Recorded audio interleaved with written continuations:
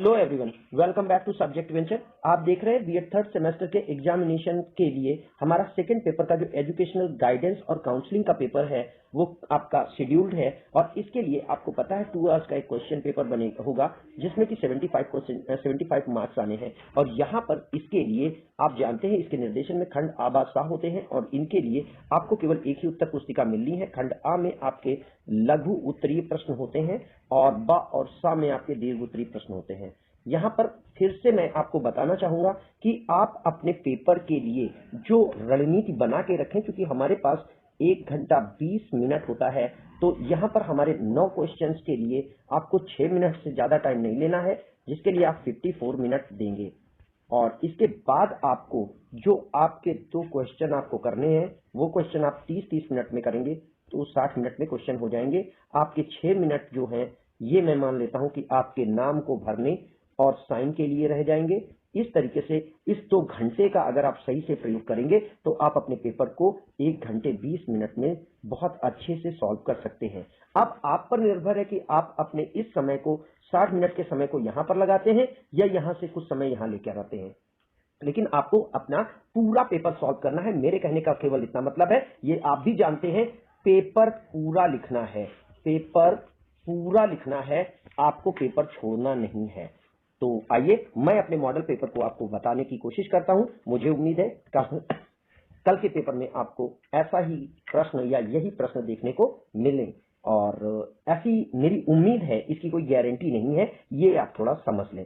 तो यहां पर अब मैं क्वेश्चन पेपर को देखता हूं। तो क्वेश्चन पेपर में हमारे लघु उत्तरीय प्रश्नों में पहला प्रश्न जो हमारा आ रहा है वो है निर्देशन के उद्देश्यों का वर्णन करिए। निर्देशन के उद्देश्य क्या है ये आप समझ रहे हैं। निर्देशन के उद्देश्यों में हमारा योग्यता का प्रयोग करना, समस्या का समाधान, निर्णय लेने में सहायता, संसाधनों का बेहतर प्रयोग और समायोजन को स्पष्ट करना होगा। निर्देशन की विशेषताएं क्या हैं, इससे मैंने दूसरा क्वेश्चन चुना है, क्योंकि मुझे ऐसा लग रहा है कि कहीं ना कहीं निर्देशन के अर्थ और प्रकार उद्देश्यों में से 2 क्वेश्चन आपके बनेंगे। इसमें हो सकता है कि निर्देशन के उद्देश्यों की जगह निर्देशन के कार्य पूछ लिए जाए, निर्देशन के कार्य न पूछ करके निर्देशन की आवश्यकता पूछ ली जाए। लेकिन लगभग आपको अपने सीरीज को ध्यान रखना है कि निर्देशन क्या है और निर्देशन क्यों किया जाता है। इसके बाद निर्देशन के तीसरे क्वेश्चन को मैं देख रहा हूं, यहां पे निर्देशन के क्षेत्र का वर्णन करते हुए व्यावसायिक निर्देशन की आवश्यकता पर प्रकाश डालिए। क्षेत्र का वर्णन क्या है, निर्देशन किन क्षेत्रों में हो सकता है, तो आपको पता है 3 हमारे प्रमुख क्षेत्र है, जिनमें व्यक्तिगत, शैक्षिक और हमारा जो शैक्षिक निर्देशन, व्यवसायिक निर्देशन और व्यक्तिगत निर्देशन है। और इसमें हमारे व्यवसायिक निर्देशन को मैं बहुत ज्यादा इस बार स्पष्ट देख रहा हूं, क्योंकि पिछली बार शैक्षिक निर्देशन पूछा गया है। इसके बाद व्यक्तिगत निर्देशन के स्वरूप के रूप में और उसके प्रकार की विवेचना कीजिए। यहाँ प्रकट लिख गया है, यहाँ हम प्रकार लिखेंगे।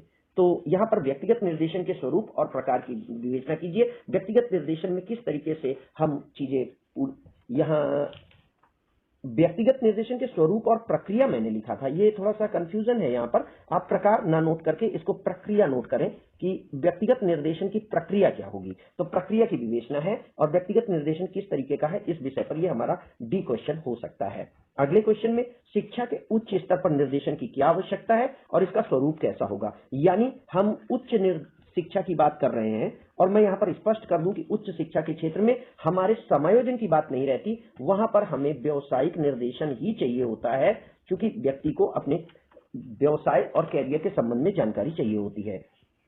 आगे खंड आ पर ही देखिए तो परामर्श कितने प्रकार का होता है। यहां पर परामर्श के प्रकारों में फिर वही हम निर्देशीय, अनिर्देशीय और समन्वित परामर्श को ही डिस्कस करेंगे। परामर्श निर्देशन से किस प्रकार भिन्न है, दोनों के बीच में अंतर, ये एग्जैक्टली पहली बार भी आया है, लेकिन मुझे इस बार भी ये इंपॉर्टेंट दिख रहा है। निर्देशन और परामर्श आपस में किस प्रकार संबंधित है, ये क्वेश्चन जरूर आपके कल प्रश्न में पेपर में होगा। और उसके बाद का क्वेश्चन है परामर्श की आवश्यकता क्यों है और इसके उद्देश्य पर चर्चा करिए। तो परामर्श से भी मुझे 2 क्वेश्चन बहुत इंपॉर्टेंट नजर आ रहे हैं, जिनमें परामर्श की प्रकृति और उसके कार्य और परामर्श की आवश्यकता और उसके उद्देश्य हैं। अब परामर्श किस तरीके से किया जाएगा, परामर्श की जो प्रविधियां हैं ये बात ध्यान रखें। इससे मैंने एक शॉर्ट क्वेश्चन उठाया है, संचित अभिलेख कुमुलेटिव रिकॉर्ड्स कहते हैं और केस स्टडी जिसे व्यक्तिगत व्यक्त चित्र कहते हैं, इन पर प्रकाश डालना है कि इनके माध्यम से किस तरीके से हम परामर्श को करते हैं। और लास्ट क्वेश्चन भी हमारा परामर्श में रहेगा, तो परामर्श की प्रविधियां क्या हैं।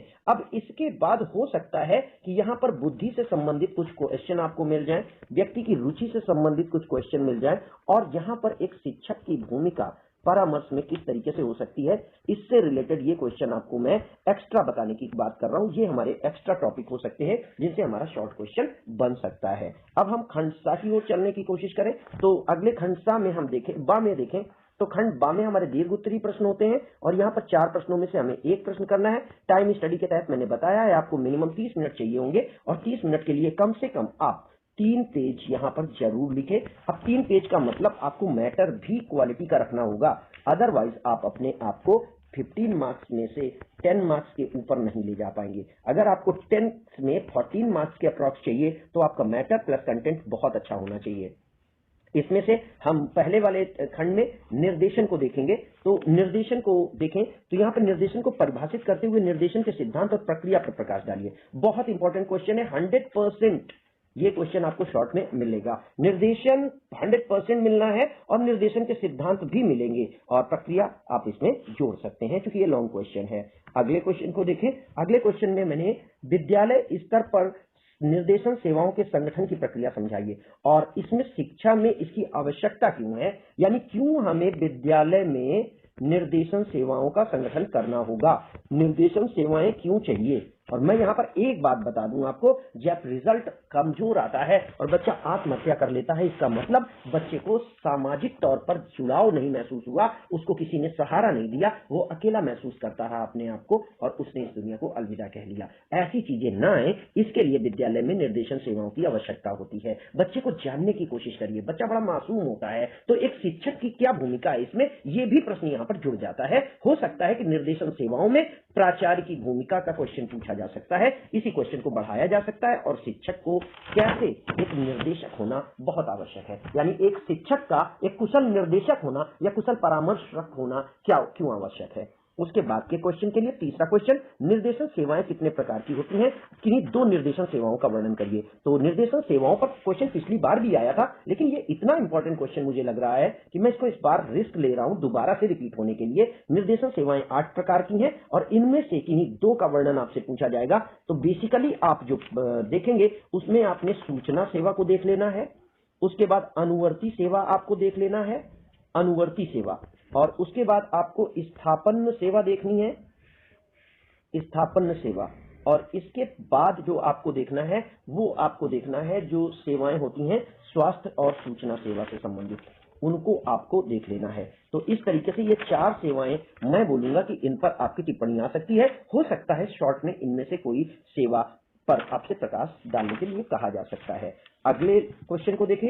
अगले क्वेश्चन में है, निर्देशन में मूल्यांकन के सिद्धांतों की विवेचना करिए और मूल्यांकन के महत्व को समझाइए। देखिए, निर्देशन तो हम करेंगे ही करेंगे। निर्देशन के बाद जैसे ए लेवल पर एक व्यक्ति था, वो 21 तारीख को था, इस व्यक्ति को लगभग 6 महीने तक आपने निर्देशन दिया, और उस 6 मंथ बाद वो व्यक्ति दोबारा से 21 तारीख को किस स्टेज पर है, इस बात का मूल्यांकन करना, इस बात को जानना हमारी मूल्यांकन सिद्धांत की बात होती है, और इसी के महत्व को यहां पर पूछने की कोशिश करेगा। ये क्वेश्चन आपको लिखना है, इस पर इस तरीके से चर्चा करनी है। अगले खंड के लिए अगर हम चले तो अगले खंड में हमारा खंड सा आता है, और ये खंड हमारा परामर्श से बेस करेगा। तो यहां पर परामर्श हमारा प्रमुखता से पूछा जाएगा, और परामर्श में आप ध्यान रखेंगे निर्देशन के साथ भी इसको लिंक किया जा सकता है। अगेन हमें एक ही क्वेश्चन करना है, इसलिए 30 मिनट और 3 पेज ये आपको फॉलो करने हैं।